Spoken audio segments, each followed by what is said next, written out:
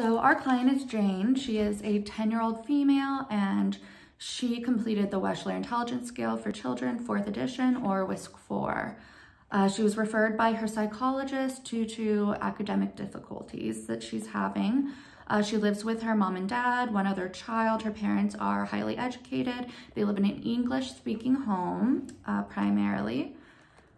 She has no medical or psychiatric concerns. She's well behaved in school, but she does have academic difficulties on standardized tests compared to her peers.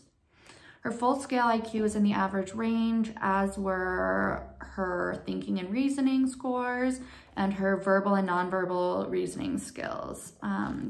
She scored better than 61% of her peers on the verbal comprehension index and better than 55% of her peers on the perceptual reasoning index.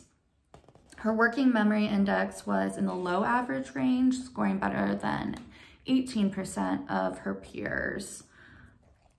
Her processing speed index was in the average range.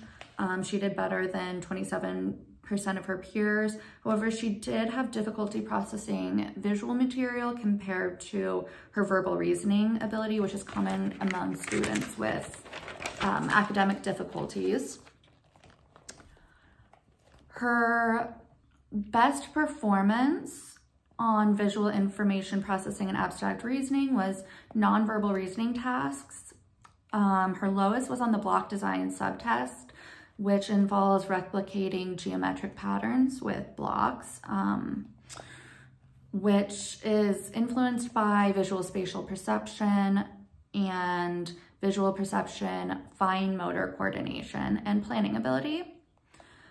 So in summary, she was referred by her psychologist for academic difficulties. Her general cognitive abilities are average compared to her peers, as are her verbal abilities and verbal and nonverbal reasoning skills. My recommendations are that her parents and her teachers regularly review information that needs to be remembered with her, and make sure to give her positive reinforcement when she has improvements. She can also use a strategy called chunking, which is where you group information together rather than remembering each piece of information individually, so you have less to remember overall. And finally, her family should support her when she completes homework on time and really focus on the quality rather than the grades she gets.